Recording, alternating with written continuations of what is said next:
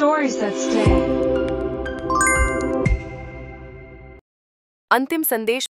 मुंबई की एक उमस भरी गुरुवार की शाम थी।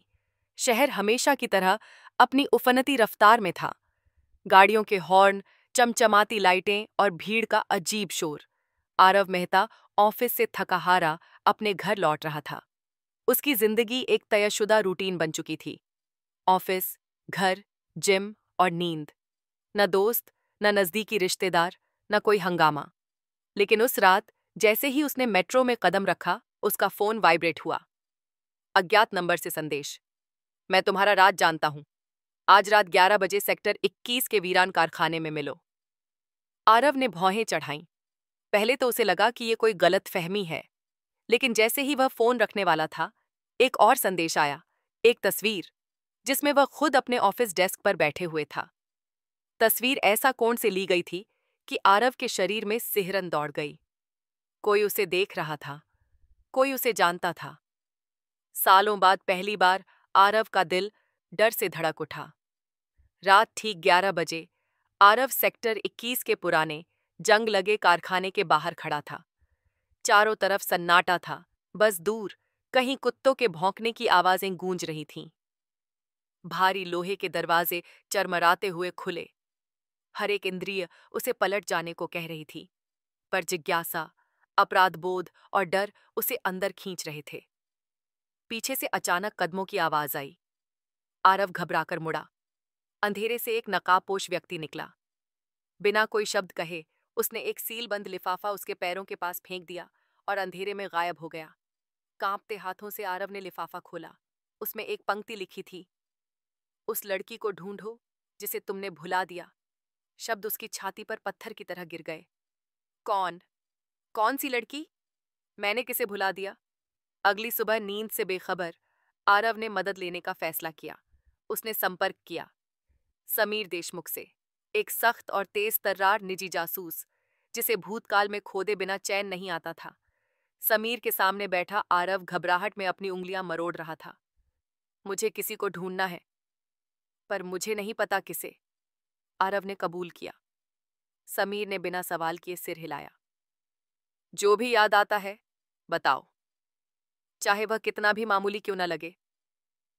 कॉफी के कपों और टूटे हुए स्मृतियों के बीच आरव ने अपनी जिंदगी बयान की। बचपन, कॉलेज, काम। और तभी एक धुंधली याद उभरी। एक सड़क हादसा, कॉलेज के आखिरी साल में, बारिश की रात, एक अचानक मोड़, एक युवती, एम्बुलेंस की चीखती आवाजें। वह उसका चेहरा याद नहीं कर सका, न ही नाम, बस एक अपराध बोध और चमकती लाइट्स। 3 दिन की खोजबीन के बाद समीर लौटा, एक नाम के साथ, रिया शर्मा। रिपोर्ट पढ़ते ही आरव का खून सूख गया। एक्सीडेंट में घायल, महीनों अस्पताल में भर्ती, फिर अचानक गायब, कोई रिकॉर्ड नहीं। लोग कहते हैं वह पागल हो गई थी, समीर ने गंभीरता से कहा।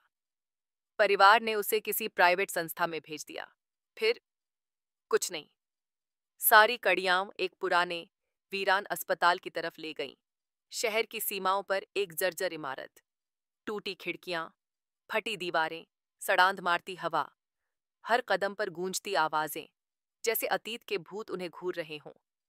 जंग लगे व्हील चेयर, फटी चादरें, टूटी हुई बेंचें, एक भुला हुआ संसार। आखिरकार एक कमरे में, दीवार पर दर्जनों पागलपन से भरी इबारतें। उसने मुझे छोड़ दिया, उसने मुझे भुला दिया, मैं उसे याद दिलाऊंगी। हर जगह रिया का नाम। आरव वहीं घुटनों के बल गिर पड़ा। उसका भूला हुआ अतीत उस पर चिल्ला रहा था। तभी समीर ने पीछे से दरवाजा बंद कर दिया। हैरान आरव ने मुड़कर देखा। अब समीर में वो नरमी नहीं थी, उसका चेहरा ठंडा और निर्दयी था। तुमने उससे सब कुछ छीन लिया, समीर फुफकारा। तुमने उसे टक्कर मारी और फिर अपनी जिंदगी जीते रहे। वह पागल हो गई और तुमने उसे भुला दिया। ये न्याय है?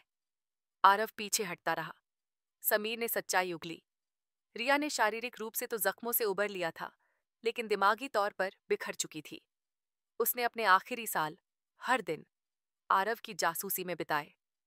हर मुस्कान, हर प्रमोशन, हर खुशी पर उसे नजर रखी और फिर अकेलेपन और मानसिक यातना में उसकी मौत हो गई। लेकिन मरने से पहले उसने समीर से एक आखिरी वादा मांगा था, उसे याद दिलाओ और ऐसा याद दिलाओ कि वह कभी न भूले। समीर ने दीवार पर चिपकी तस्वीरें, वीडियोस दिखाई, आरव के हर पल की निगरानी, हर कैफे, हर मॉल, हर सड़क। फिर समीर ने आखिरी वार किया, नकली सबूत, मेल्स, मैसेजेस तैयार किए जो आरव को रिया की मानसिक प्रताड़ना का दोषी साबित करते थे। बाहर पुलिस की सायरन गूंजने लगी। समीर ने मुस्कुराते हुए कहा, अब आरव मेहता, तुम उसकी परछाई के साथ जिंदगी बिताओगे, हमेशा के लिए। अध्याय 6। पतन मुकदमा तेजी से चला। मीडिया ने कहानी को लपक लिया। एक अमीर टेक्नोलॉजी प्रोफेशनल द्वारा एक साधारण लड़की की जिंदगी बर्बाद कर देना। कोर्ट में आरव सच बोलता रहा, मुझे कुछ याद नहीं है, लेकिन किसी ने नहीं माना। आखिरकार अदालत ने उसे मानसिक उत्पीड़न और लापरवाही का दोषी ठहराया और 7 साल की सजा सुनाई। जेल की कोठरी में बैठा आरव अपने आंसुओं को रोक नहीं पाया। वह रोया रिया के लिए, अपने लिए, उस जिंदगी के लिए जो दोनों को नहीं मिल सकी। एक शाम जेलर ने उसे एक चिट्ठी थमाई। चिट्ठी में बस इतना लिखा था, अब तुम मुझे कभी नहीं भूलोगे, रिया। आरव ने उस चिट्ठी को अपने दिल के पास रख लिया और जेल की उस अंधेरी कोठरी में वह फुसफुसाया, अब मुझे याद है। Please like, share, and subscribe our channel for more interesting stories.